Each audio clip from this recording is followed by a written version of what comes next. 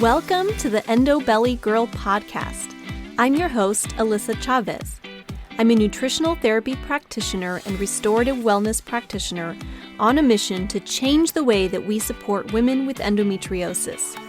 Endo is a full-body disease that impacts your mind, body, and spirit in countless ways that aren't often addressed the way that women truly deserve. We are here to talk about all of it. Please keep in mind that the content of this show has been created for educational purposes only and should never be used as a replacement for medical diagnosis or treatment. Hello, my friend, and welcome back to the Endo Belly Girl podcast. Today, we are going to be continuing our series all about fertility. And I have a special guest on for you today who is going to be talking about a topic that I think is so interesting and fascinating. It's something that I've experienced myself, but am not an expert in. So I wanted to bring on somebody who can talk about it from that perspective, somebody who's really studied.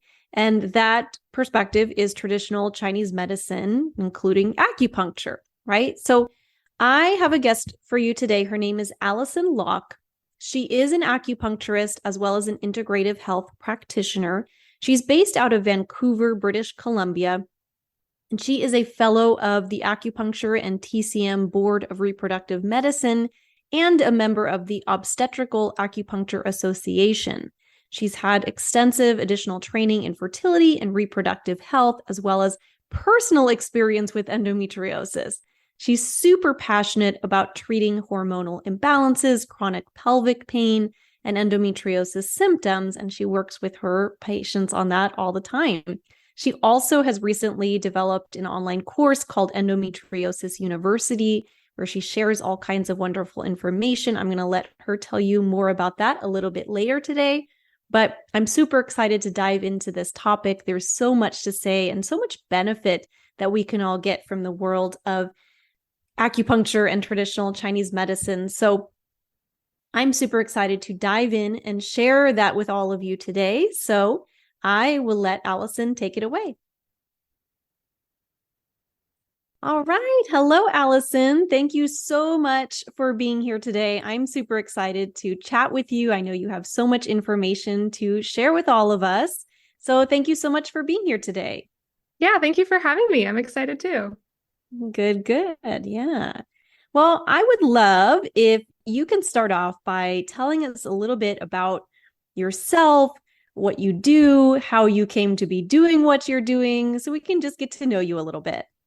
Yeah, so I'm Allison. I'm an acupuncturist and integrative health practitioner based out of Vancouver. So my practice is there. I also do a little bit of virtual stuff too. So I kind of see patients from all over, but I've been in the field for about 10-ish years now, and I was originally an art/architecture school dropout and just stumbled into the world of Chinese medicine. And I have been kind of in love with it ever since. So it was kind of just, a very random kind of story where I just picked up a book about Chinese medicine one day, fell in love with it, and decided that's what I wanted to do with the rest of my life. And that was over 10 years ago now. I love that. That is super cool. And you have a history with endometriosis as well, right? Mm-hmm. I do. So yeah, that's also kind of a funny story because I started specializing in kind of like fertility and reproductive health as soon as I graduated. Like I was always really interested in it because Chinese medicine, just the way that they view hormones and the menstrual cycle and stuff was just so interesting and so different than anything I had ever, experienced or heard about before.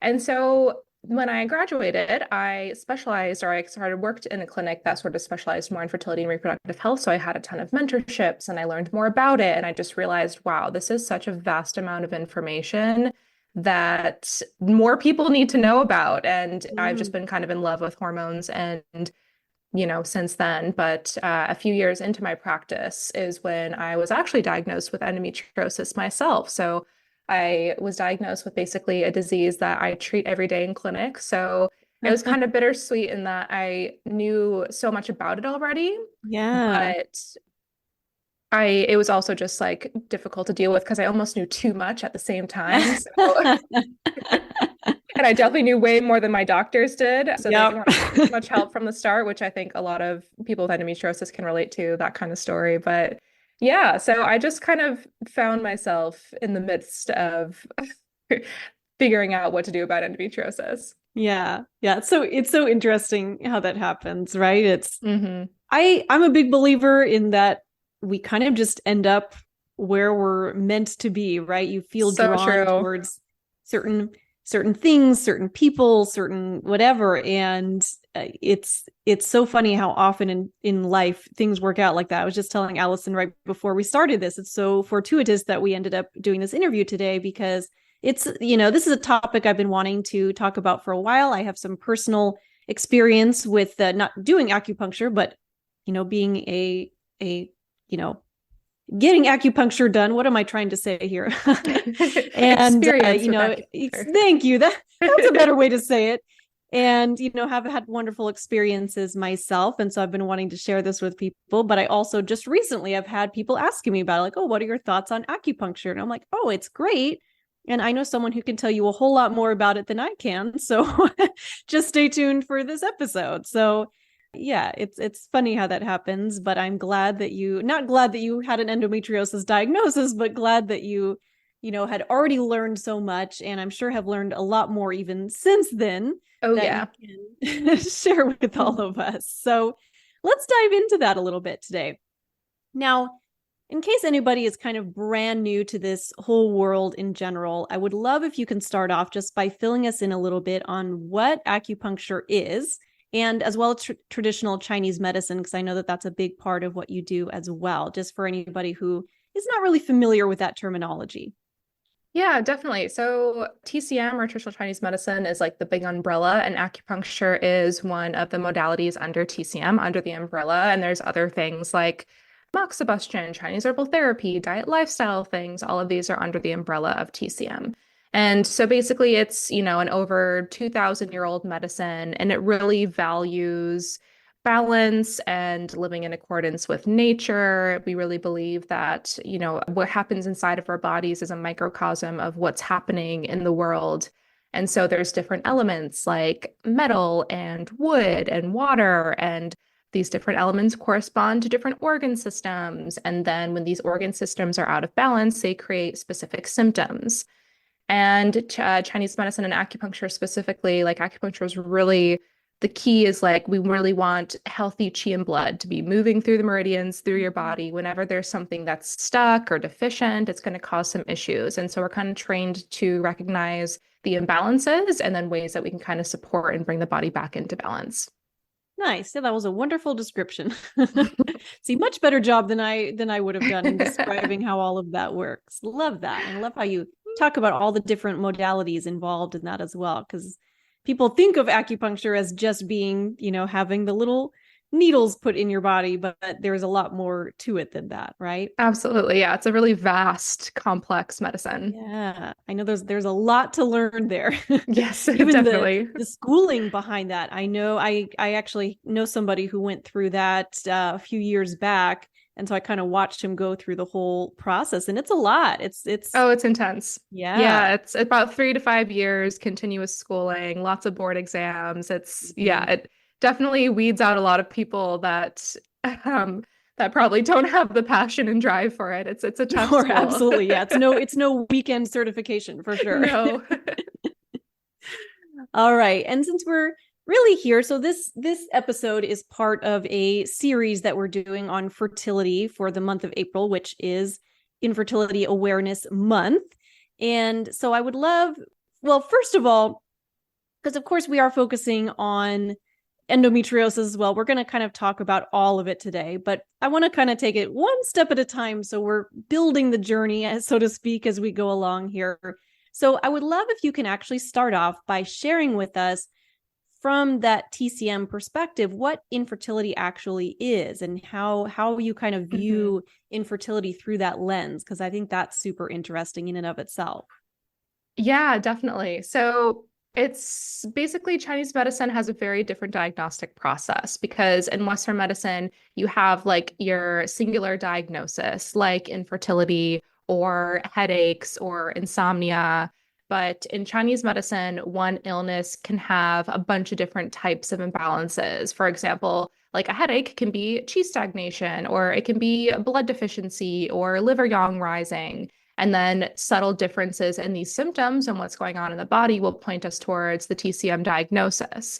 And so the same goes for fertility. So the organ systems that are involved a lot with fertility are the kidney, liver, and spleen. And these aren't exactly like the Western kidney, liver, and spleen. And I'm always careful with explaining that because if I tell someone they've got liver qi stagnation, I'm not necessarily telling them that there's something wrong with their liver. Because in Chinese medicine, it's kind of more of like a philosophical, kind of like poetic, not exactly liver organ system. It's a bit different. But basically, those are a few of the main organ systems that, when they become imbalanced, can definitely affect your fertility.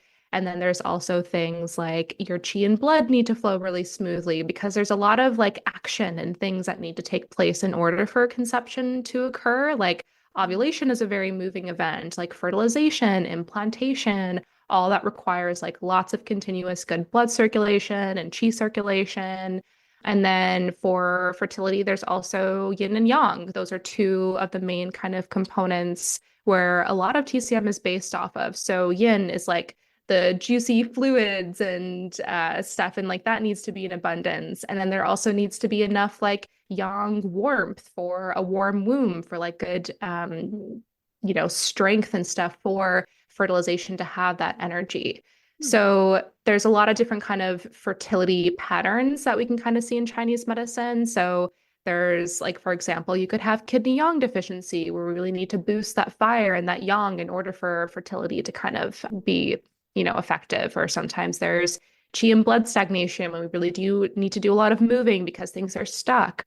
Or maybe there's like liver blood or spleen qi deficiency and we need to do a lot of boosting. So there's lots of different kind of patterns that go along with fertility, and it really depends on how the infertility is kind of presenting in my patients. So there's a lot of different symptoms that will kind of point us towards that. And I'm always using kind of the clues from the whole body, like how you digest food, how you sleep, what your energy levels are like. All of these are kind of giving me clues, especially like your period too. Like, is it regular? Do you have PMS symptoms? Is it clotty? Is it heavy? Is there pain? All of these are kind of giving us details and clues about what pattern it is, and so how we can kind of bring about balance into the body. Yeah, super cool. And I love the way that you're talking about how different it can present itself in different people. I think that's something that's really key. It's something that I talk a lot about too, even in the modality that I work in, because no two bodies are alike, right? Yeah, Even exactly. if two people are, let's say two people even both have endometriosis and are struggling with infertility, it doesn't mean that you're going to address it in exactly the same way. It's about kind of zooming out and looking at the full picture, the full body, what's going on, with all the different symptoms and things that you're experiencing, how your body is functioning as a whole. And so I love that you're looking at it from that perspective. I think that is really key for a lot of people, is that individuality piece of it, figuring out how your unique body works. And I know I find that super fascinating. I know that that's something that you talk about a lot as well. So love that. Now, for somebody who has endometriosis, we'll come back to the fertility piece of that in a moment, but just for endometriosis in and of itself, can you share a little bit about how TCM would approach that? And of course, like you already mentioned, it's going to be individual to an extent, but I'm sure that there are certain patterns and things that you might look for along the way, or certain things that you might think about if it's, if somebody has an endometriosis diagnosis. Can you talk us through that a little bit and what that looks like? Yeah, definitely. So I kind of like to explain it to my patients in a couple of different ways. So the first way that I often use, and I kind of do this first to kind of help my patients make sense of it, but I like to explain it like kind of in using Western terminology too. So I'll kind of tell them Acupuncture is really great for helping to relax the nervous system. It sends the message to the brain to release pain-relieving neurotransmitters. It reduces inflammation by helping the body promote anti-inflammatory cytokines. It modulates the immune system. It improves blood circulation. Like these are all kind of the mechanisms based on like scientific research of how we know acupuncture works in the body kind of physiologically. And so these are kind of the mechanisms of how it helps with endometriosis, like among, all the other kind of conditions acupuncture is really great for. But then there's also like the TCM way of explaining things. So in endometriosis, and this is kind of, you can kind of understand this in the sense that there's like a lot of chi and blood stagnation, or a lot of stagnation in general, because with endo, there's tissue that is outside of the uterus that shouldn't be there. So there's things that are stuck. It's like impairing, healthy chi and blood circulation. And when things are stuck in Chinese medicine, it always creates pain. And so we're always trying to move a lot of that stuck chi and blood when it comes to endometriosis. And then I also see a lot of underlying deficiency when it comes to endo. Like there's always kind of like the acute pattern of, yes, there's a lot of chi and blood stagnation, and that's causing a lot of the pain and like the sharp nerve pain or like the achy cramps, or maybe a lot of like the heavy clotty periods. We can kind of attribute that to a lot of stagnation.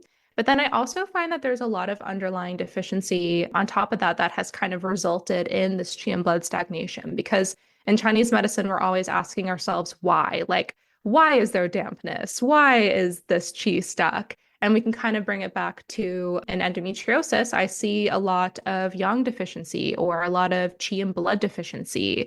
And so when things are deficient, that can also create a lot of stuck energy too. So I'm always looking at kind of based on my patient's constitution and how their patterns are kind of and symptoms are talking to me, like what exactly is the root of it? So how can we support that while simultaneously helping to treat the current symptoms too? Love that. Yeah. So much packed into that, but yeah. Oh, there's a lot. Yeah. Thank you for sharing all of that. Super interesting. I'm fascinated by just that lens of looking at endometriosis, and it makes a lot of sense, right? Because even just visually, when I think of endometriosis, I think of things being kind of stuck and stagnant. Like I know I was one of many people who, when I went in for my endometriosis surgery, actually had a lot of organs physically stuck together, Yeah, right? So right. that's kind of a clear physical sign of that stagnation, much less the actual, endometriosis lesions. If you've got endometriomas going on in there, like it's that blood that's literally just sitting in your body and not flowing and moving the way that it should. So I think that perspective, I think the TCM perspective is really interesting just in general. I've always been kind of fascinated by it, but it just makes a lot of sense to me with endometriosis Right. because it's like there's a very clear connection there. So yeah, I love that. Now, looking for somebody who might be struggling with fertility in particular, how would you think of approaching that from, again, that TCM perspective, whether somebody is looking to get pregnant naturally and or, might be even looking into doing some reproductive assistance like IVF or something like that, because I know that TCM can be super supportive in that as well, if that's the route that you are deciding to go. So I was wondering if you can talk us through both of those situations a little bit and how you would approach each of those. Yeah, so no matter how, my patients are planning on getting pregnant, the focus with Chinese medicine is always like really supporting healthy blood circulation. Like that's definitely a number one thing because that's really how the ovaries get like all of their nutrient and oxygen-rich blood that they need to create the healthiest cells as possible. And supporting healthy egg quality and reducing inflammation, which is definitely the number one detriment to egg quality. So there's a lot of different things that we're kind of focusing on. And I get this question a lot from my patients, like if they have been trying naturally and now they're starting to do IUI or IVF, they're often asking me, so how does a treatment change if I'm doing this or that? And honestly, on the Chinese medicine point, it doesn't really change a lot because we're already always working on the same thing. Like I'm always working on that blood circulation, that nervous system relaxation to help reduce stress. I'm helping to balance the hormones. I want to really regulate ovulation. So it's a nice, strong ovulation. So no matter what my patients are kind of going through, like I'm always looking at their TCM diagnosis, and that honestly doesn't change no matter what they're doing. If it's IUI or IVF, if they've got stuck chi, then I'm moving that stuck chi. So it doesn't change too much for Chinese medicine. And research shows that Chinese medicine in conjunction with IVF improves IVF results by about 30%. So it is really huge. So we can't really underestimate that like blood circulation can help the medications do better with IVF. That kind of makes a lot of sense if you're thinking about how the medications can kind of get to the ovaries to stimulate those follicles and do what they need to do. And then I'm also always looking, like if we're doing any kind of assisted reproductive technology or even trying naturally, like I'm always making diet and lifestyle recommendations. I'm always thinking about supplements. I'm really looking at the whole body and everything that the person is doing. I might be looking at like gut health, or do we really need to work on that nervous system stress reduction piece? Is there something underlying that I'm kind of questioning and maybe we need to do some like functional lab testing to kind of dig deeper into things? Like I'm always kind of utilizing both my TCM kind of holistic brain, but also like I do a little bit of functional medicine integrative practice Nice. too. So I'm trying to like always balance the both of like what can I use for my patients that's going to be the best of both of these two different worlds so we can kind of get the best results possible. Nice. That's very cool. I love that you're kind of blending those pieces together because it can all be so powerful, right? Yeah, there's benefits to both. Yeah, totally. I'm a big fan of kind of taking the best from all the worlds, right? Yes. There's so many things. And as we all are, I think, fairly well aware of, right? Endometriosis is complex, right? And fertility can be complex as well. So sometimes it can be really a matter of looking at it from all the different perspectives and kind of bringing in the pieces that are going to best support that unique individual based on what they need. So sometimes it may be that the TCM might be the most beneficial. Sometimes, it might be that with a little bit of the, gut health work and nutrition and all the things. So I think that's really cool that you're blending all of that together. That's pretty awesome.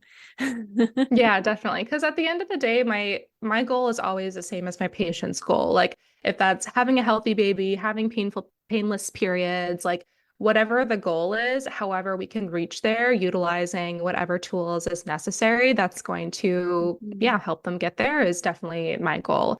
And if it's also just like improving quality of life, like that's also a really important consideration because sometimes for my endo patients, that does mean going on like hormonal therapy or getting surgery, which is totally not TCM. But if that's what's going to improve their quality of life the best, like I'm all for it. So I Nice. have no biases against whatever is going to like help my patients reach their goals and also just like feel the best as possible. Nice. Same. I'm totally in that same boat with you, right? Yeah. It's about how that individual can be best supported. I love that. That's Exactly. beautiful. I was wondering too, Allison, if you can share with us a little bit.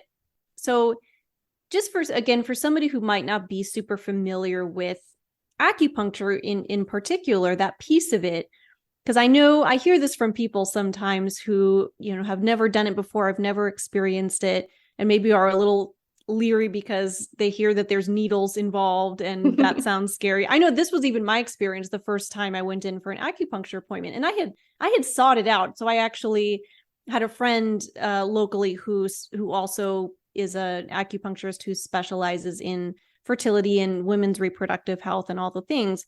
Very good at what she does. And I wanted to go and see her and see how all of this worked. But I remember going into it kind of feeling a little bit uneasy. Like I don't love Of needles course. and there's going to be a lot of them put in my body. So, but personally, I found it to be actually a very relaxing experience. Right. And ended up going Yeah. back for quite some time. And, I always left those sessions feeling so much better than when I went in so many different ways. But I was wondering how you would kind of describe that experience to somebody who, hasn't done it before, doesn't really know what that's like, and might have a little bit of that uneasiness about the the actual needles going into their body. How is that different than, a needle for a blood test or something like that? And also, even if you can share a little bit with us about kind of how you go about placing is needles even the right word for acupuncture? Yeah. Okay. Yeah. Perfect. They are still technically needles. They're Okay. way different than the type of needles that most people are Yes. used to, but yes, they are still needles. So that's actually a really great question because I get that a lot. And I feel like each patient that tells me, like, I just want you to know, like, I'm nervous about needles, like I'm a Yeah. little bit needle phobic. And they honestly, like, I feel like a lot of people think that they're the only one that are coming to acupuncture but are a little bit afraid of needles. And I hear it all the time, and it's always okay. Like, I totally get it. No one wants to get stuck with needles. Like, that's never, like, you don't go to an acupuncturist because getting stuck with needles is fun. You go Right. because it works, it feels great afterwards. Like, and even during the session, like, I have some patients that tell me, like, without fail, they're not nappers, but they'll always fall asleep during acupuncture, or that, like, acupuncture is the only time where they, like, actually feel like truly rested. And so it really, really does just, like, really help kind of force your body out of that chronic fight or flight mode and into parasympathetic mode. But yeah, this is a super common thing. And I am honestly, I call myself a very gentle needler because I myself am very sensitive when it comes to acupuncture needles. So I know how it feels when some of them don't, like, it's never like painful with acupuncture, Yeah. but it can just be like a little bit of a weird sensation or a slightly uncomfortable sensation at first for some points. So I'm always super gentle with all my patients who are kind of coming to me a little bit nervous about needles. I'll always, like, ask them, like, if there's any parts of their body that they would really like me to avoid, or if there are parts that of areas of their body that they're more nervous about. But acupuncture needles are very, very different than type of needles that you're used to, because they're not like those hypodermic needles where you can, like, fit fluids in them. Like, they're as thin as a strand of hair. They're super flexible. It's really a really safe practice. It's really hard for acupuncture to actually be dangerous. You'd have to try really hard to really not know what you're doing. So it is a very safe. And I'll always, like, walk my patients through. I'll, like, do one point, kind of explain exactly what it's going to feel like, and just kind of go from there. And about 99% of the time after I do the very first point, they're like, oh, that's it. Like, it's always so much more of a bigger deal in your head than how it actually is in the appointment. And honestly, like, if I have a few patients who are like, I just can't do the needles. I just can't do it. I can't relax. It's not my favorite thing. And totally fair. That's absolutely fine. There's so many other things that we can do. We can do some Chinese herbs. We can do some supplements. We can do other kind of diet lifestyle modifications. Like, acupuncture is just one small piece of what I do. And there's so much more that we can kind of do to help kind of get your health on the right track. Nice. Yeah, I know that was definitely my experience, was like, okay, I don't know about this. And then as soon as the first needle went in, I was like, oh, that was like nothing. Yeah, it's more psychological than I think how it actually is. Absolutely. I totally agree. And I know one thing that I've always found really interesting is, and I very much have not studied the science behind this, or maybe science is the wrong word, the energy behind this, or maybe a blend of both, the way that you have, but even the way that you're placing the needles in each individual body. I know it's different, of course, based on symptoms and things like that, but I know there's, like, the meridians involved, and I find that super interesting. I was wondering if you can just tell us a little bit about that. I know it's a huge topic to cover. So Yeah, again, you spent years studying that, but maybe just a little kind of introduction to that. totally. Yeah, because I do get that a lot, actually. Like, I'll do a point on someone's leg or foot, and they'll be like, how does that help with my hormones? Like, how is that going to help with my fertility? I don't understand. And so, yeah, so basically with acupuncture, there's a bunch of different meridians, and they flow from your fingertips to your inside of your body, and then from your toes to your body. There's points in the head and the shoulders and the ears, like pretty much everywhere in the body. There's different acupuncture points, and each one has like it creates like a different physiological response in the body. So I'm choosing the point based on your specific symptoms and your goals, where you are in your menstrual cycle. Like, there's a lot of, like, thought that kind of goes into it. I do a lot of, like, wrist and ankle points because I do a lot of what you kind of call in Chinese medicine, like, extraordinary vessel work. And so these are specific vessels and meridians that I work with a lot, that deal a lot with, like, complex things like fertility and hormones. And so opening those channels, there are a lot on the wrist and the ankle. Then I'll also do a lot of, like, local points on the belly, definitely, which obviously help with improving blood circulation to ovaries and stuff like that. But you kind of have to think of it as kind of like if you're picturing, like, the nerves in the body, they come from the spine and then they go everywhere else in the body. And so if we're stimulating kind of that distal part of the nerve, where we are activating the entire nerve as it goes into the spine and communicates with the central nervous system. So acupuncture meridians are similar, as in if we're kind of stimulating one part of the meridian, it will have a whole effect on that whole meridian and that organ system. So like the liver, if we're doing some liver chi stagnation moving and stuff for fertility or endo, the liver meridian kind of goes into the belly, but also goes down the leg. So that's why I'm doing a lot of like leg and foot points, because there's a lot of really great liver points there that I like to use. Very cool. Yeah. Thank you for sharing that. So fascinating. That's like a whole world you could dive into in and of itself. Yeah. I find that super interesting.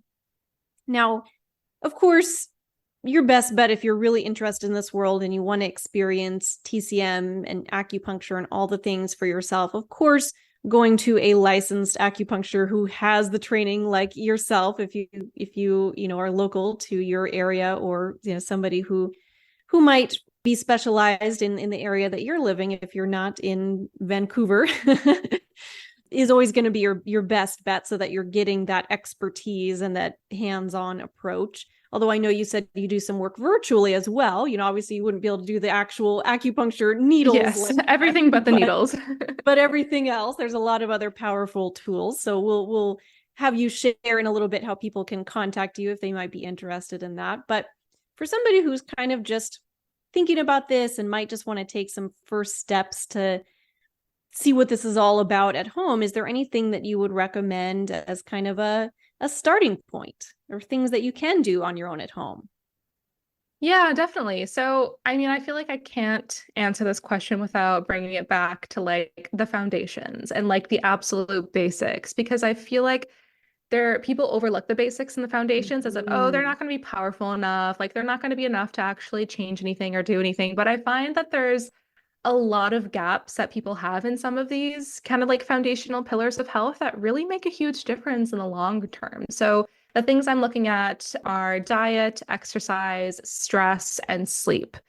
And so these four things definitely need to be dialed down before we're starting to implement anything more complex. And so that looks like, are you eating a healthy diet that, is focusing on not a ton of inflammatory foods, so we're helping to reduce inflammation, but we're also keeping your blood sugar stable, which is also really important to help control daily levels of inflammation.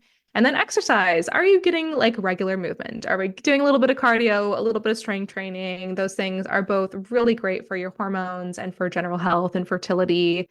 And then stress. People really underestimate the stress component. And I don't mean this as in like, oh, of course, like, you're not conceiving because you're too stressed. Like that's such a simplified kind of way to put it, but that isn't actually quite accurate. But it's more of like, I feel like a lot of us are just we're just used to operating out of like chronic stress mode. We're just go, go, go, hustling all day. And then maybe we'll relax a bit on the weekend. But that's really not how our nervous systems are really optimized. We really need to do something relaxing each day. We need to go to bed at a decent time. We need to have good sleep hygiene. We need to, make sure that we're sending the message to our nervous system that the environment is safe to make a baby. And I think that's a really important kind of component to it. So the basics, 100%, we need to, get pretty down. But then there's also some like cool TCM things that I love recommending to my fertility patients. Like one is paying attention to the temperature of your food. Like, are you eating enough warm food and drinks? Because if you're eating a bunch of cold raw things, even if it's like salads and smoothies, things we can kind of consider healthy, they're kind of putting out in Chinese medicine what we call your digestive fires. Like we kind of see our digestive system as like a furnace. And so if we're putting too much cold raw things, we are putting out the fires and we're impairing your digestion. You're not going to be absorbing enough good nutrients. And it could be something that could potentially lead to, that kidney yang deficiency that we talked about earlier, where, your digestive system fires are putting out your kidney fires, which are really important for fertility. So I feel like that's something that's often overlooked. And then some other basic things of kind of just pay attention to like the basic day and night. Like Chinese medicine is all about living in accordance with nature. So are you going to bed when it's dark out? Are you waking up when it's light out? Like these are really basic things, but things that can have such a huge impact on like your circadian rhythm, which has an impact on your nervous system and your adrenals and your endocrine system. Like everything is such a domino effect and everything impacts and affects each other. So those things like that I find are really important. Yeah, totally agree on all of that. Yeah, the basics. That's something that I talk about all the time as well, because it sounds cool to do all these fancy things. Like I'm going to acupuncture and I'm doing these taking these herbs and these supplements and this gut healing protocol, and all of that can be really beneficial, but it doesn't bypass the diet that you're eating and your movement and your sleep and these foundational things that really should be a starting point for everybody if that's something that you're not already doing in your life. So yeah, thank you for that. Of course. Love it. All right. Is there anything else that we missed today that you would really like to share and add to this conversation? Ooh, I think that kind of covers it. Yeah, I think we did a lot of TCM talk today. We did. We covered a lot of topics. I think there's a lot of wonderful little nuggets in here for everybody. Well, then, Allison, I would love if you can share a little bit more about what you do, how you work with people, and how we can find you and connect with you if you'd like to learn more. Yeah, so I'm accepting new patients in my in-person practice in Vancouver and Burnaby, British Columbia. And then I also do have a virtual kind of health coaching practice. Space is very limited, so I do kind of book out a bit in advance. But if that is something you're interested in, it is a possibility. But then I also have some online resources. I've got my period university course I launched last year, which basically just teaches you everything about your period and how to fix common period issues. And then I also just recently, last week, launched my endometriosis university course, which is very specific to endo and how to get diagnosed, how to navigate it, diet, lifestyle, everything you need to know about surgery, like all those basics and important things, basically how I treat endometriosis in all my patients. So there's those resources that are available too. Nice. Very cool. And can we find you on your website, Instagram? Oh, yes. What are the links? I'll share this in the show notes as well, but just in case anybody wants to write it down as they're listening or something. Yeah, so my Instagram handle is Sea of Chi Healing. That's my handle on Instagram and TikTok. And then my website is seaofchihealing.com. Perfect. And I will link to those in the show notes as well. So you can find Allison, go say hi to her, send her a little message. Tell her you enjoyed listening to this episode. She's got so many fun resources and great information. So please go check her out and connect with her there. All right, Allison. Well, thank you so much for being here today. I'm so happy that we were able to connect and, have a little chat here today for everybody. I think this is going to be super beneficial. And now, if anybody asks me all about acupuncture and TCM, I will know right where to send them. Of course. Yeah. Thank you so much for being here today. Thank you so much, Alyssa. All right. Have a wonderful day, everybody. Thank you so much for joining me today. If you loved what you heard, be sure to leave a review, share with a friend, and subscribe so you can keep coming back for more. If you are ready to take the next step toward getting to the root of your endo symptoms like endobelly, pain, fatigue, and so much more, you need to take my Endo Reset free course. You can find the link in the show notes or at www.endobellygirl.com. Till next time, my friend.